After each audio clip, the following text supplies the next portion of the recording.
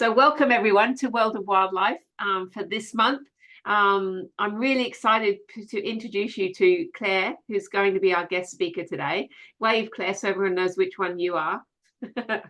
Lovely to see you. Well, hopefully, Wong is just signing in, so hopefully we'll hear from him today as well. We've got people coming from all over the world here. We've got some from the Sunshine Coast, we've got some from the UK, we've got Tasmania, Malaysia. Oh, who else we got? Texas. I think. Where are you, Alexander, at the moment?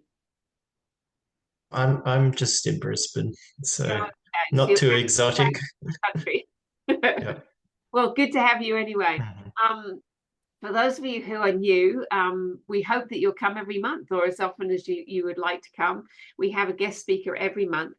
This gathering was started a few years ago. I started it along with Dr. Wong Soo Tee, who is the founder and director of the Sun Bear Conservation Centre in Borneo.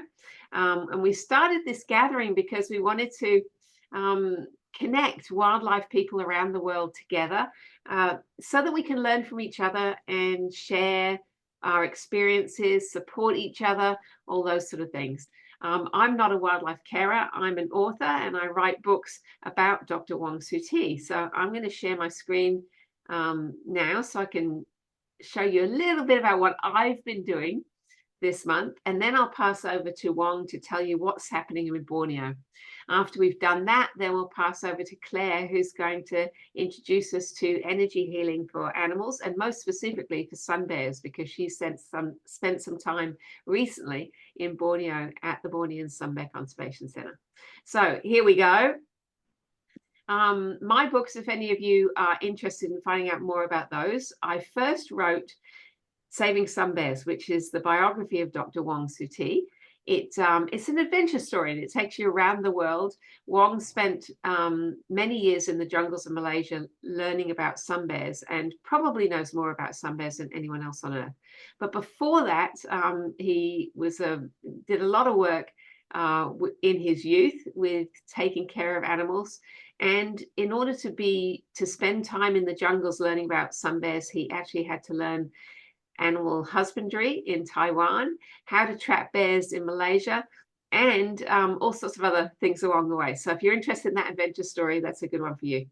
Once I'd finished writing that one and it was published as part of my Doctor of Creative Arts degree, then I started writing children's books about Wong's adventures with different species during his time in the jungles of Malaysia.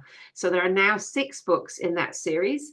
The series was shortlisted for an Australian Educational Publishing Award in 2022, of which I'm very proud. And each one includes a narrative about the species, cool animal facts, and experiments that link back to the story. So I spend my time now writing new books and visiting schools with my puppet sidekicks who help me teach kids about the environment. And my goal in life really is to kind of connect the next generation to the wonders of the natural environment. So that's where I'm coming from, and why I feel very privileged to run this event and learn from scientists all over the world. Some of those that I learned from, I'd like to tell you about. So I've spent Easter up in Cairns, the northern part of Australia, doing research for my next book. My next book is called Curious Kai Asks Why, and Jasmine, who's here today, helped me research all the species that are included in this narrative.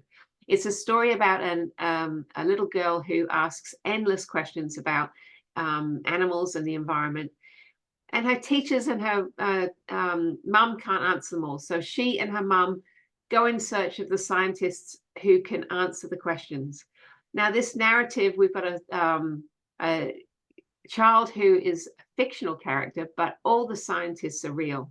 So when I went up to Cairns, I spent time with scientists and professionals learning about 3 species that will feature in this book. They're not the only species, but these are the 3 that are in Cairns. So this is Marie Treadwell Kerr, and she is a bat expert. Even though she looks like a butterfly expert there, she is she's the Spectacle Fox recovery team head, and she's also the vice chancellor, vice chair of the Wildlife Tourism Australia. She was kind enough to host me while I was in Cairns, and I spent a wonderful few days learning endless things about bears, and also, as you can see in this picture here, about curtain fig trees. If no one's aware of what a curtain fig tree is, that's what it looks like. It's an incredible type of fig tree that is caused by a fig tree growing, and then the host tree that it grows on fell over, meaning that all the fig tree started growing roots down to the ground, and it has this curtain effect. So just a regular strangular fig, but it has this curtain effect. What I learned from Marie was all sorts about all kinds of bats. These are a few of my favorites. So the bat on the left-hand side is called a tube-nose bat. It's a micro bat that lives in northern Queensland, throughout most of Queensland. This one's actually called Gypsy. Isn't she gorgeous? And Gypsy is my dog, so I'm really happy that she's called Gypsy. Gypsy is really tiny. You could hold her in your hand. And she's a rescued bat that was caught. I think she was caught on barbed wire. I think that's how she's ended up at the Tolga Bat Hospital Rescue. The other picture on the right-hand side is a little red bat, or a little red flying fox. Beautiful, beautiful animal. So I got to spend some time at Bat Reach as well to find out about these animals. So these are all the cool things that will go into my book. Then I spent time with these two amazing people. This is Matthew Connors on the left. Matthew Connors is a researcher at JCU University, and his research focus is on katydids and praying mantis. The woman on the right-hand side is Caitlin Henderson, and her family own this amazing thing called Mini Beasts. Mini Beasts is an organization where they actually they keep lots of different tiny insects and animals, and they actually take those into schools and do educational things with them. Now, Caitlin told me that her goal in life is to make everybody love spiders. So she and Matthew took me out spotlighting, and we saw all kinds of amazing creatures spotlighting in the Kuranda region of Cairns, which is up in the hills. Here are three of my favorites that we found. We've got a huntsman spider on the left-hand side. We've got a stick insect with these incredible magenta wings in the middle. And that other little guy on the right-hand side is a weevil. Who knew that weevils could be so gorgeous looking? So yeah, we found all kinds of amazing creatures, and I learned a heap from these people too. The last person I spent time with is this gentleman here. This is Graham Lauriston, and he runs Tropical Vets in North Queensland. So his job is basically taking care of wildlife as well as domestic animals, but he is probably the vet most aware of and experienced with a species called cassowaries. These are cassowaries. So he took me out looking for cassowaries. Cassowaries are not easy to find, I have to tell you, but we did find both cassowaries, adult and chicks as well. So the one in the middle you can see is a fully grown cassowary.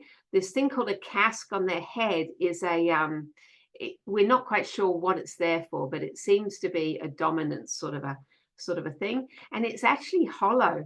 It's actually a bit of an echo chamber, and it might actually help them with their booming call. We went to a place called Eddy Bay and managed to find a wild cassowary playing around in Eddy Bay, and then we went to the Cassowary Research and Rehabilitation Centre, where we met up with this gorgeous chick who was rescued earlier this year. So all those people that I met have agreed that they were very, very interested to come and share their knowledge with us at World of Wildlife sometime in the future. I'm not sure which month, but I'll keep you posted on that. All right, so that's sort of what I've been doing. Any questions on any of those amazing species before we pass over to Wong?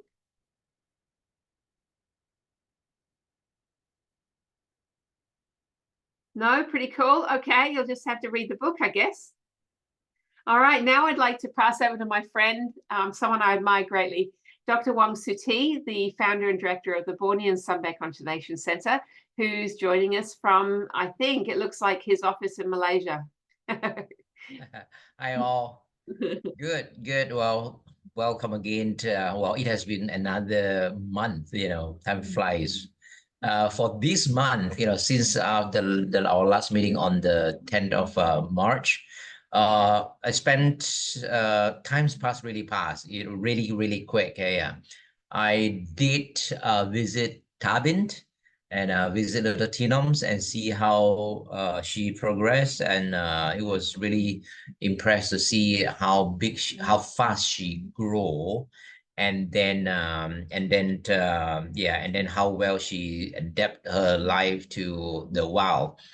And then because I am not the one who raised her up, and then there was one incident where I tried to get close, and then at first she did not see me taking pictures, and she was busy doing her stuff, and then finally I got very close to her, and then she saw me, and then she was like, who is this? And then she was not happy when she see me, and then I have to back off.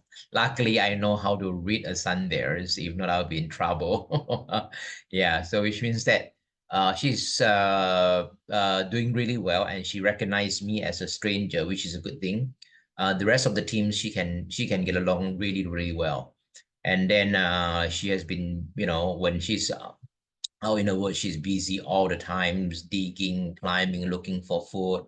And then she also loved to dip herself in the little water wallow to cool herself down. I'll post more videos from time to time about her What you progress. posted so far have been awesome. She seems to be doing Yeah, really well. yeah, yeah, and Judah has been, and the field team has been sending me videos and pictures from time to time. I should spend more times and go and post it, all of them to, yeah, and but yeah, slowly. And another thing that I did is I did went back to Penang to give a talk at my high school, which is pretty impressed because the campus is a new campus that I did not study during that time, but it was all well done, and feel so lucky for the newer generations of school kids. The facilities is really well, Is and it then yeah, we got a a good different times. facility than the one I visited? No, it was a new campus. Yeah, Wow. new campus that actually it was just next to my sister's house. Oh, Yeah, it was walking distance. Yeah, so it's good to talk to them about my life, and because those students are from five or from six, getting ready to either go to college, or yeah, most of them are getting ready to go to college and decide what are they going to do for the rest of their life. And then for my professions is actually for Malaysian is a very rare one. And then I try to inspire them, as long as they are good, everything is possible. Everything is possible. And then for me, I feel lucky and blessed that I managed to seek my dreams since I was little. And then and yeah, I finally achieved what I achieved. And then if they have that kind of dreams and that kind of ambitions, that kind of plan, they should, pursue their dreams. Yeah. So that's the two big things that I did for this month, and then the rest. The center is very busy right now. The tourist is coming back for sure, and it seems like this year, the numbers of visitors will be even greater than last year. So, which is a good thing. So excellent. looking forward for another busy year. And at the same time, of course, we are um, planning for some more constructions at the Bonus Conservation Center. And then yeah, so all of these yeah, anticipating a very busy year for sure. It Yeah. sounds like it. Yes. Oh, well done. I'm sure everyone's got questions, but I'm going to get one in first. I'm wondering how heavy Tenham is now. She when we last weighed her, she was 17 when 2 months ago when she first when we bring her to Tarbin, and then right now she must weigh more than 20 kilograms. Yeah. Okay, because I know Yeah, in the she's past about a year old now. Yeah. when you've in the past, I know that when you've walked animals in the forest, you felt like 20 kilos is about that dangerous point when they can actually, you know, do damage if they want to. Right. Is she close to that where you're not going to be able to walk in? Yeah. No, actually, she is on a different scenario because we have no choice, but we have to be, present and walk her because Yeah. we will be the one who protect her from any danger in the forest, including other bears. And then it seems like she is a very easy bears to walk compared to other bears because other bears they are so playful. They want to play with the surrogate mother all the time, and then with a very rough play. And then she is actually quite good in the sense that she don't play that much with the surrogate mother, So yeah, with our staff. So she just do her things, and then when we call her, she responds. She still can, go back, but she start to get her personality and her independency more and more. Yeah, and in the past she used to walk behind the surrogate mother, and right now she's daring to walk in front and then go and explore what is surrounding the forest and things like that. So she's getting there. That's amazing. Yeah. Yeah, so Yeah. like it's very successful so far. Yes, yeah. So far, so good. So far, so good. I'm sure everyone else has questions. So is there anyone who would like to take themselves off mute and ask Wong a question about what's happening in Borneo? I have a question about the trees that Romalina is climbing because I would like to know how tall are they? Okay, so lately I've been posting many trees that Romulina climbing, and she climbed, I think, about a good 20 meters. And yesterday she climbed another big tree, which I am going to post it later this evening. Yeah, that was, I think that must be like 25 meters tall. And Wow. then we do have the 50 meters tall tree, and so far Romo have not climbed that the mature giant tree yet. In the past, Tantan did climb, one of the big tree or a few of the big trees in the forest enclosure. And then I think it's just a matter of time that she's daring to challenge herself and then climb those big tree. And it's really amazing to see how, she just clinging on that big tree trunk and then just walk herself up there.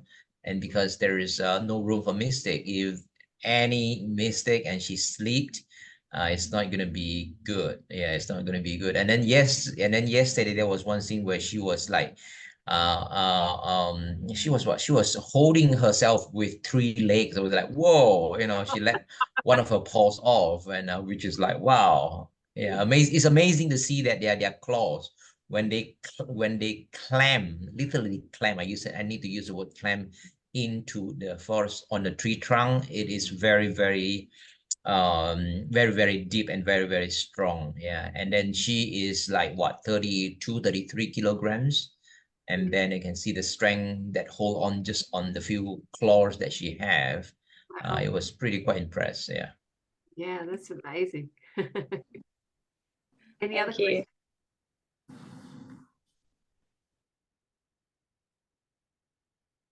And of course, Claire, thank you for being such a big fan. I feel like I noticed that every time I posting something and then immediately you saw that. Good, thank you. Yeah, the videos are amazing. It's so good to have that insight, whether it's from the bears at the conservation centre or whether it's Tina in Tabin. It's, you know, I don't think we would get that opportunity if you weren't sharing. And also, I'm introducing some bears definitely to people in England. That's good to hear. Yeah. Yeah. Okay, no more questions for Wong? All right. Well, Okay, thank you. thank you very much, Wong.